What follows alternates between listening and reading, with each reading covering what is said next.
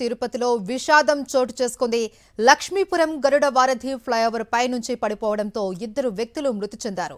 50 అడుగుల ఎత్తు ఉన్న గరుడ వారధిపై నుంచి పడిపోవడంతో తలకు తీవ్ర గాయాలయ్యాయి. అయితే స్థానికులు 108కు కాల్ చేసినా సకాలంలో రాకపోవడంతో ఇద్దరు యువకులు ప్రాణాలు కోల్పోయినట్లు తెలుస్తోంది.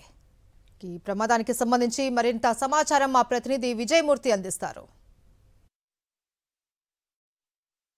తిరుపతి నగరంలో ఈ యొక్క గరుడ వారధి ఫ్లైఓవర్ పై నుంచి లక్ష్మీపురం సర్కిల్ వద్ద ద్విచక్ర వాహనం పైన వెళ్తున్నటువంటి ఇద్దరు యువకులు పైనుంచి అనుకోని విధంగా 50 అడుగుల దూరం నుంచి పైన ఎత్తులో నుంచి వాళ్ళు కిందకి దూకి ప్రాణాలు కోల్పోయినటువంటి పరిస్థితి కనిపిస్తోంది. ప్రస్తుతం మనం చూస్తూ ఉన్నాం.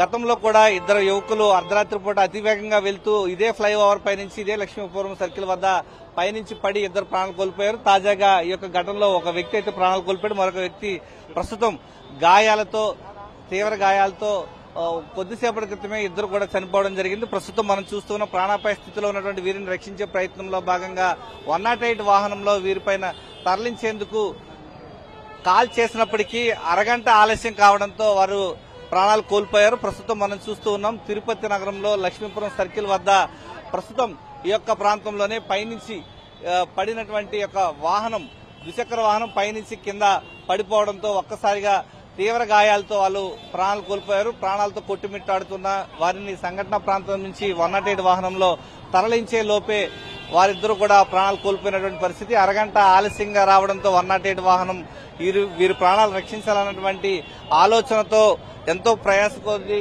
స్థానికులు 108 వాహనానికి ఫోన్ చేసినప్పటికీ ఒక్కసారిగా ప్రాణాలు కోల్పోయారు. ప్రస్తుతం మనం చూస్తున్న ప్రమాద సంఘటన ప్రాంతంలో పోలీసులు ఉన్నారు. సార్, ఏం జరిగింది సార్? అసలు ఎన్ని గంటలకు జరిగింది సంఘటన? నేను కోర్టు డ్యూటీలో ఉన్నాను. కోర్టు డ్యూటీ నుంచి మా కమాండ్ కంట్రోల్ వాళ్ళు వచ్చి నాకు పలానా చోట లక్ష్మీపురం సర్కిల్లో ఇద్దరు యువకులు పడి చనిపోయినారు, ఆడికి వెళ్ళండి తొందరగా అంటే గ్రీన్ ఛానల్ పోతుంటే కూడా ప్రమాద సమయానికి వచ్చి చూడగానే ఇద్దరు వ్యక్తులు చనిపోయి ఉన్నారు. మా అధికారుల కన్నా తెలియపరుచుకున్నాను.